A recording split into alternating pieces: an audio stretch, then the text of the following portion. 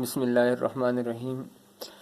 عزیز طلباء، کل کے سبق کے اندر ہم نے پرنانی سبق کا کافی حصہ پڑھ لیا تھا، اور اینڈ میں جہاں پر ہم پہنچے تھے وہ کیفیت تھی کہ ایک مرتبہ پرنانی کی دھلائی لے لینے کے بعد دوبارہ نانی کو وہ دھلائی یا ان کی جو اوڑھنی لحاف تھا وہ مل گیا تھا، اور وہ اس صورت میں ملا تھا کہ آمینہ کی جو چھوٹی بیٹی نصیرہ ہے وہ جب کباڑ خانہ جو تھا اس میں بلی نے بچے دے دیے تو اسے وہاں پر صفائی کرتے ہوئے وہ دھلائی مل گئی، اور چونکہ نصیرہ جانتی تھی نانی اماں جو ہیں وہ پرنانی اسی کی وجہ سے پریشان ہے، تو اس نے وہ دھلائی لا کر نانی اماں کو دے دی۔ اب جب نانی اماں کو یہ دھلائی ملی تو اس کے بعد نانی اماں کی جو کیفیت ہوئی وہ اب آگے مصنف بیان کر رہے ہیں کہ دھلائی ملنے کے بعد نانی اماں کی کیفیت کچھ یوں تھی۔ تو مصنف کہتے ہیں کہ دھلائی کے چھن جانے سے پرنانی کے بڑھاپے میں جو دیوانگی سی پیدا ہو گئی تھی، دیوانگی، پاگل پن، وہ کم ہو چلی۔ اس کا کرب اور بے چینی سکون میں بدلا۔ کرب کہتے ہیں اذیت کو، وہ کرب اور بے چینی سکون میں بدل گیا۔ کہتی بیٹی یہ کپڑے کے ٹکڑے نہیں میرے کلیجے کے پرزے ہیں، پرزے ٹکڑوں کو کہتے ہیں۔ تو پرنانی اس پیراگراف میں اپنی نواسی کی جو بیٹی ہے نصیرہ ان سے کہتی کہ بیٹا تم اسے کپڑے کے ٹکڑے نہ سمجھو، یہ میرے کلیجے کے ٹکڑے ہیں، کیونکہ اس کے اندر نانی کی بہت ساری یادیں اور اس کا پورا پاسٹ، سارے کے سارے خاندان کی کہانی اسی سے وابستہ تھی۔ بڑی بی کے خیالات کا سیریل یہیں تک پہنچا تھا۔ سیریل کہتے ہیں سلسلہ وار یا ترتیب وار کو، جیسے ہم ڈرامہ دیکھتے ہیں ہر ہفتے ایک قسط لگتی ہے تو یہ سیریل ہوتا ہے، ترتیب وار اور سلسلہ وار۔ اور جو ایک ہی قسم میں پورا ڈرامہ ہو جاتا ہے اس کو کھیل کہتے ہیں یا یک بابی ڈرامہ کہتے ہیں، جیسے آپ اپنی کتاب کے اندر آرام و سکون پڑھتے ہیں یا اس طریقے سے باقی ڈرامے پڑھتے ہیں۔ تو کہتے ہیں کہ بڑی بی کے خیالات کا سیریل یہیں تک پہنچا تھا کہ آمینہ اپنے شوہر کے ساتھ اس کے پاس ہے، یعنی دوبارہ آ گئی، اور غرض ان کی ایک ہی تھی، کیا جی؟ انہوں نے ایک دفعہ اور قبالے کی بابت دریافت کیا۔ قبالے کا مطلب بھی ہم بتا چکے ہیں، مکان کے ڈاکومنٹس، دستاویزات۔ قبالے کی بابت کہتے ہیں متعلق، یہ بھی ہم پہلے بتا چکے ہیں۔ قبالے کی بابت دریافت کرنا چاہا، اور اس دفعہ بڑی بی کو پرامن زندگی اور نصیرہ سے گھل مل کر باتیں کرتے دیکھ کر وہ سمجھے تھے کہ اب بڑھیا ہوش کی باتیں کرنے لگی ہے، تقدیر سیدھی ہے تو دولت کے خزانے کی کنجی بتا دے گی، یعنی ڈاکومنٹس کے بارے میں بتا دے گی۔ یہاں آ کر جو دیکھا تو بڑی بی دیوار کی طرف ٹک ٹکی لگائے۔ ٹک ٹکی لگائے کہتے ہیں کہ گھور کر دیکھنا، گھورنا۔ تو ٹک ٹکی لگائے کبھی بصورتی ہیں، بصورتی رونے والی صورت بنانا، اور کبھی مسکراتی ہیں، یعنی اماں جان جو ہیں ان کی ایسی کیفیت ہے کہ دیوار کو دیکھتی ہیں، کبھی رونے کی صورت کبھی ہنسنے کی، شاید اپنے پاسٹ کو یاد کر رہی ہیں۔ گدڑی کو چھاتی سے لگا رکھا ہے، یعنی سینے سے اس کو لگا رکھا ہے اور اپنے پاسٹ کو یاد کر رہی ہیں۔ آمنہ حیران ہے کہ میں نے تو اسے اپلوں کی کوٹلی میں ڈلوا دیا تھا۔ اب یہ اپلوں سے مراد عام طور پر اپلا اردو کے اندر اس گندگی کو کہا جاتا ہے جو گائے کا گوبر ہوتا ہے، اور اس کو گول ٹکیوں میں بعض لوگ بنا لیتے ہیں اور پھر سکھا کر جلاتے ہیں، اور وہ جب ٹکیا بن جاتی ہے، سوکھ جاتی ہے تو اس کو اپلا کہتے ہیں۔ یہاں مراد گندگی کا ڈھیر ہے یا گندگی والی جگہ ہے۔ تو آمنہ بڑی حیران تھی کہ اس نے تو اسے اپلوں کی کوٹلی میں ڈلوا دیا تھا، یہاں کیوں کر آ گئی، کیسے آ گئی؟ مصنوعی ہنسی ہنستے ہوئے بولی، مصنوعی، بناوٹی، جس کو ہم کہتے ہیں آرٹیفیشل، مصنوعی ہنستے ہوئے بولی، نانی اماں پھر تم اس منحوس دھلائی کو، منحوس کہتے ہیں نحوست والی، ٹھیک ہے، دھلائی کو منگوا بیٹھی، ایسے کیا اس میں لال جڑے ہوئے ہیں، لال کہتے ہیں سرخ قیمتی موتی کو، لال جڑے ہوئے ہیں، لگے ہوئے ہیں، جو کسی آن چھوڑتی ہی نہیں، کسی آن کسی وقت کسی لمحہ نہیں چھوڑتی۔ دیکھو تو صحیح، موئی میں سے، موئی کہتے ہیں منحوس کو، موئی میں سے کیسی سڑی ہوئی، سڑی بری بو آ رہی ہے۔ نصیرہ جا الگنی پر سے، الگنی کہتے ہیں وہ رسی جو کپڑے لٹکانے یا پردہ لٹکانے کے لیے باندھتے ہیں۔ نصیرہ جا الگنی پر سے ساٹن، ساٹن نرم کپڑا جو ایک طرف سے چمکدار ہوتا ہے۔ جا الگنی پر سے ساٹن کی دھلائی اتار لا اور نانی اماں کو اڑا دے۔ نصیرہ چونکہ بچی تھی دوڑ کر ساٹن کی دھلائی لے آئی۔ آمنہ نے یہ دھلائی بڑھیا کو اڑا کر اس کی گدڑی چھین لی اور نصیرہ کو دے کر کہا، جا اسے کوڑے پر ڈال دیں یعنی کچرا کنڈی میں پھینک دیں۔ 2-4 منٹ تو پرنانی اس آفت ناگہانی کا مقابلہ کر سکی۔ 2-4 منٹ یعنی کچھ دیر، آفت ناگہانی اچانک آنے والی آفت۔ نصیرہ کی طرف ہاتھ بڑھائے چپ چاپ دیکھتی رہی، یعنی منہ سے کچھ بھی نہیں بولتی، لیکن نصیرہ کی طرف دیکھ رہی ہیں کہ شاید وہ دلائی اس کو واپس دے دے۔ پھر ایک ٹھنڈا سانس لے کر کہا، بیٹی میری جان نہ نکال، بیٹی میری جان نہ نکال، اس میں میرے بہت سے پھولوں کی بو بسی ہوئی ہے۔ بو خوشبو کو کہتے ہیں، ٹھیک ہے جی، بو بسی ہوئی ہے، یعنی اس سے مجھے اپنا پاسٹ یاد آتا ہے۔ 7 بیٹے فوت ہوئے تھے پرنانی کے، ساتھ میں 5 بیٹیاں فوت ہوئی تھی، تو وہ سارے کے سارے اسی گدڑی کے اندر بڑے ہوئے یا پلے بڑے یا اس کے اندر بیٹھے تھے، تو نانی کو اپنا پاس یاد آتا تھا، اپنے بچے یاد آتے تھے۔ تو یہاں اپنے بچوں کو نانی نے پھول سے تشبیہ دی ہے کہ اس میں میرے پھولوں کی بو بسی ہے، جیتے جی اس کو مجھ سے نہ چھینو، صبح کا چراغ ہوں پھونک مار کر کیوں بجھاتے ہو۔ صبح کا چراغ، چراغ صبح ہوں بجھا چاہتا ہوں۔ صبح کا چراغ، یہ محاورہ اس وجہ سے استعمال کیا کہ چونکہ نانی بوڑھی تھی، اب مرنے کے قریب تھی، مطلب اس کا ہے مرنے کے قریب ہونا۔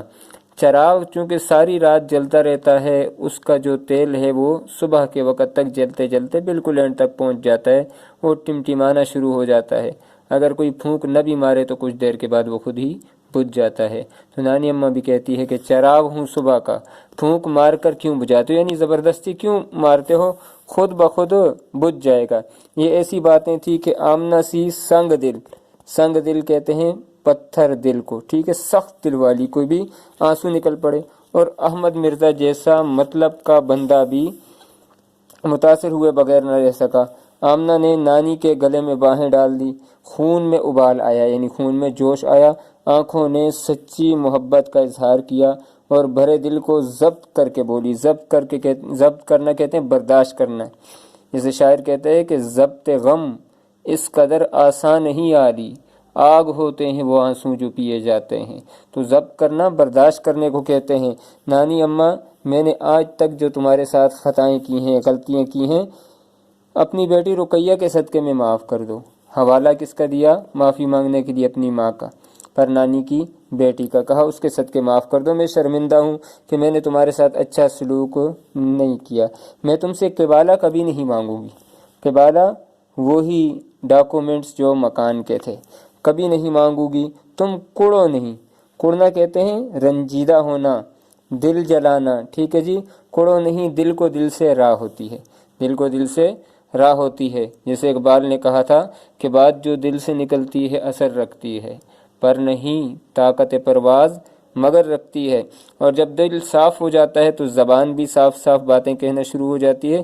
جیسے ایک اور شاعر کہتا ہے کہ دل صاف ہو تو زہر اگلتی نہیں زباں، اور جلتے چراغ سے کبھی اٹھتا نہیں دھواں۔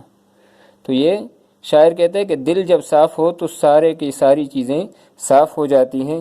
اسی لیے دوسرا شاعر بھی کہتا ہے کہ دل کے بگاڑ سے ہی بگڑتا ہے آدمی، دل کے بگاڑ سے ہی بگڑتا ہے آدمی، جس نے اسے سنوار دیا وہ سنور گیا۔ تو کہتے ہیں دل کو دل سے راہ ہوتی ہے، آنسو اگر جھوٹے نہ ہوں تو بڑی قیمت رکھتے ہیں۔ بڑی بی کو معلوم ہوا کہ اس کی دنیا بدل گئی ہے، اس کو آمینہ میں جنت کی حور نظر آئی، اور اس نے اپنے تھرتھراتے کانپتے ہوئے ہاتھ سے اس کی بلائیں لی، بلائیں لینا دعائیں لی، گلے لگائے اور پیار کیا۔ یہ منظر دیکھ کر احمد مرزا بھی ننیا سانس یعنی پر نانی کے قدموں پر گر پڑے اور اپنی خطاؤں کا اعتراف کیا۔ اعتراف کہتے ہیں مان لینا۔ بڑی بی نے انہیں بھی دعائیں دی۔ اب یہ بزرگ تھی تو ان کا دل صاف تھا، چھوٹی سی بات پر بھی اس نے سب کو معاف کر دیا۔ نصیرہ نے اپنی زندگی میں یہ نیا تماشا دیکھا، وہ کبھی دوسری کو روتا دیکھ کر رونی صورت بنا لیتی تھی، یعنی اپنی ماں کو دیکھتی تو وہ رو رہی ہے تو اس کو دیکھ کر رونی صورت بنا لیتی تھی، کبھی بے چین ہو کر ادھر ادھر دیکھنے لگتی تھی۔ جب ندامت کہتے ہیں پشیمانی، اور خوشامد کہتے ہیں منہ پر تعریف کرنا، گلے مل چکی، اور نصیرہ نے اپنی اماں کو یہ کہتے ہوئے کہ نانی اماں اب تو آپ ناراض نہیں ہیں، کھاؤ میری جان کی قسم، اور پر نانی کا یہ جواب کہ نہیں آمنہ تیری جان کی قسم میں تم سے خوش ہوں، میرا تمہارے سوا ہے کون سنا۔ اپنی اماں سے پوچھنے لگی کہ اماں نانی کو دلائی دے دوں؟ اب تو ملاپ ہو گیا، ملن، ٹھیک ہے جی۔ ماں نے بیٹی کی طرف اور نانی نے نواسی کی جانب ایک عجیب انداز سے دیکھا۔ آمنہ نے نصیرہ سے تو کچھ نہیں کہا، نانی سے بولی نانی اماں جانے بھی دو، اس گودڑ کا کیا کرو گی؟ یعنی اس پرانی جو آپ کی دلائی ہے لحاف ہے اس کا کیا کرو گی؟ نہیں بیٹے رہنے دو، نہیں بیٹے رہنے دو، تمہاری ماں کی یادگار ہے۔ اب پرنانی کہتی ہیں تمہاری ماں رقیہ کے ساتھ بیٹھ کر میں نے اس کو سیا تھا، یہ اس کی یادگار ہے۔ بڑھیا نے کہا اور نصیرہ پر نظر ڈالی، نصیرہ دلائی کو دبوچ کر لے آئی، یعنی پکڑ کر لے آئی۔ اب جب دلائی بھی آ گئی، ساری باتیں ہو گئی، بڑھیا کی ساری افسردگی کہتے ہیں غم کو، دور ہو گئی۔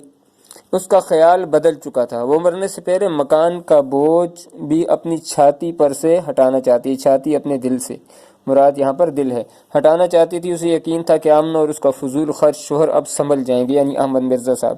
اس لیے اس نے بڑے اطمینان سے جواب دیا، لاؤ دلائی میرے سامنے رکھو، میں اس بڑے ٹکڑے کا بھی قصہ سنا دوں۔ اور دلائی لے کر بڑے ٹکڑے کو ادھیڑتے ہی کہا، یہ بڑا ٹکڑا وہی ہے جو ہم نے پیچھے پڑھا تھا کہ پوری دلائی میں چھوٹے چھوٹے ٹکڑے لگے ہوئے تھے اور درمیان میں ایک پیازی رنگ کا بڑا ٹکڑا لگا ہوا تھا، چوکور ٹکڑا، سینٹر پیس۔ ٹھیک ہے جی، یہ سینٹر پیس جو لگا ہوا تھا یہ بڑا قیمتی تھا۔ اب اس کو ادھیڑتے ہوئے، کھولتے ہوئے کہا، بچوں یہ 1000 جامے کی دلائی نہیں ہے، جامہ کپڑے کو کہتے ہیں، یعنی 1000 ٹکڑوں سے مل کر نہیں بنی ہوئی ہے، بلکہ 1000 داستان ہے، یعنی اس کے ساتھ بہت ساری داستانیں وابستہ ہیں۔ پیازی رنگ کے ٹکڑے کو الگ کر کے ہبہ نامہ ہاتھ میں لے کر کہا، ہبہ نامہ کہتے ہیں وہ دستاویز جس میں کسی کو تحفتاً کوئی چیز دینے کا لکھا ہوا ہو، یعنی آپ کسی کو ریٹن میں گفٹ کرتے ہیں کوئی چیز، ساتھ میں لکھ کے کہ بھئی یہ آپ کی ہو گئی، تو یہ ایسے ہبہ نامہ لکھا ہوا رکھا ہوا تھا۔ پرنانی کا پہلے ہی مقصد ان کو دینے کا تھا، لیکن ان کی سرشوری اور سرکشی کی وجہ سے پرنانی نے یہ انہیں نہیں دیا تھا۔ ہبہ نامہ ہاتھ میں لے کر کہا، یہ اس کی قبر تھی، یعنی اس جو ڈاکومنٹس تھے ان کی قبر یہی پیازی رنگ کے ٹکڑے کے اندر تھی۔ لو نانی کے صدقے، یعنی لو نانی کے صدقے اور نانی کا مکان تم پر صدقے، یعنی نانی کے صدقے تم لے لو اور نانی کا مکان تم پر صدقے ہو گیا، لیکن دوسری جائیداد کی طرح اس کی بربادی کے پیچھے نہ پڑنا، کہیں ایسا نہ ہو کہ سر چھپانے کا یہ جھونپڑا اور روٹی کھانے کا سہارا بھی چلا جائے۔ اللہ تم کو اس میں آباد رکھے اور تم اپنے بچوں کا سکھ دیکھو۔ اب یہ پرنانی جو ہے اس نے اینڈ میں جا کر وہ قبالہ ان کے حوالے کر دیا، اور اس طریقے سے یہ جو ہمارا سبق ہے وہ ختم ہو گیا۔ اور شاعر اس موقع پر کہتا ہے کہ شب کے صفاق خداؤں کو خبر ہو کہ نہ ہو، شب کے صفاق خداؤں کو خبر ہو کہ نہ ہو، جو کرن قتل ہوئی شعلہ خورشید بنی۔ تو آج ہم اپنے سبق کے خلاصے کی طرف آ جاتے ہیں۔ تو سبق کا نام پرنانی، مصنف اس کے اشرف صبوحی۔ سبق کا خلاصہ اس انداز میں ہم بیان کرتے ہیں کہ پہلے ہم بتا دیتے ہیں کہ پرنانی کی عمر 125 سال تھی، اس کے 7 بیٹے تھے اور 5 بیٹیاں تھیں، اور پرنانی کے اس سبق جو ہمارا سبق پرنانی ہے اس کے اندر ایک دلائی ہے، لحاف ہے جو نانی اوڑھتی ہے، اس کا تفصیل سے ذکر آیا ہے، اور اینڈ میں جا کر اس کا قصہ بھی کھل جاتا ہے۔ اب رشتہ داروں کی بے رخی، پرنانی کے جو رشتہ دار تھے ان میں ان کی ایک ہی نواسی بچی ہوئی تھی، آمنہ۔ ابتدا میں خاطریں کرتی رہی، جب دیکھا پرنانی مرتی نہیں ہے تو نانی سے بے رخی اختیار کی اور نانی کو ایک جھونپڑی کے اندر پھینک دیا۔ پھر اس کے بعد اس کی ایک بیٹی جو نصیرہ تھی وہ باقی بہن بھائیوں کی بنسبت نانی کے ساتھ بہت زیادہ تعلق رکھتی تھی۔ اب یہ بے رخی تھی، درمیان میں بہت سارے ایسے واقعات آئے جس سے ان کی بے رخی اور ان کی جو اذیت دینے کی باتیں ہیں وہ ساری کی ساری ہم نے پڑھ لی ہیں۔ اب اس کے بعد جو آگے ہیں، بڑی بی کا صبر، اگلا پوائنٹ ہم یہ کر لیتے ہیں، بڑی بی کا صبر۔ جب پرنانی کو کوٹلی میں ڈال دیا گیا تو انہوں نے صبر کا گھونٹ پی لیا اور اس کے بعد برداشت کرنے لگی، اور اینڈ میں جا کر جب سب کو اپنی اپنی خطاؤں کا احساس ہوا، ایک بار ملنے کے بعد دلائی کو جب دوبارہ چھینا گیا تو نانی سے برداشت نہ ہوا اور کہنے لگی کہ میں تو صبح کا چراغ ہوں، خود ہی بجھ جاؤں گا، تم مجھے زبردستی نہ مارو۔ جب یہ باتیں ایسی باتیں ہوئی تو دل سے دل کو راہ ہوتی ہے، تو ندامت کے آنسو آمنہ کے اور اس کے شوہر کی آنکھوں سے نکلے، اور پرنانی کو معلوم ہو گیا کہ بھئی اب یہ ٹھیک ہو چکے ہیں۔ اور اس کے بعد پیازی رنگ کا جو ٹکڑا سینٹر پیس تھا اس دلائی کا، اس کے بارے میں پرنانی نے راز فاش کیا اور اسے کھول کر وہ مکان جس کے قبضے کے لیے وہ ڈاکومنٹس مانگ رہے تھے، کیونکہ ساری جائیداد باقی تو بیچ دی تھی، احمد مرزا نکٹو تھے، تو اب اینڈ میں پرنانی نے وہ پیازی ٹکڑا کھولا اور اس کے اندر سے ڈاکومنٹس نکال کر دے دیے۔ اب اس سبق کے اندر ہم نے جو کردار پڑھے، ایک آمنہ ہے، یہ پرنانی کی نواسی ہیں۔ رقیہ جو ہے یہ مرحومہ ہے، آمنہ کی ماں ہے اور پرنانی کی بیٹی ہے۔ نصیرہ یہ آمنہ کی بیٹی ہے، ٹھیک ہے جی، رقیہ کی نواسی ہے اور پرنانی کی نواسی کی بیٹی ہے۔ اور اس کے بعد احمد مرزا، یہ صاحب جو ہیں نکمے نکٹو ہیں اور یہ آمنہ کے شوہر ہیں، رقیہ کے داماد ہیں، اور پرنانی جو اس سبق کا مرکزی کردار ہے وہ ہم نے پڑھ لیا۔ اب اس کے بعد میں تمام طلباء سے ہی کہوں گا کہ آخر میں جو ہم نے جس انداز میں اپنے الفاظ میں خلاصہ بیان کیا ہے، تمام طلباء اس کہانی کا شخصی خاکے کا خلاصہ جو ہے اپنی اپنی کاپیوں کے اوپر لکھ لیں گے، اور تمام مشکل الفاظ جتنے ہم نے اس سبق کے اندر بتائے ہیں وہ سارے کے سارے اپنی کاپیوں کے اندر لکھ لیں گے۔ اور امید ہے کہ جو جگہ آپ کو سمجھ نہیں آئی ہوگی یا جو حل طلب مواقع ہوں گے تو آپ نیچے مجھ سے سوال کر سکتے ہیں کمنٹس کے اندر، اور میں اس کا انشاءاللہ آپ کو جواب بھی دے دوں گا۔ السلام علیکم۔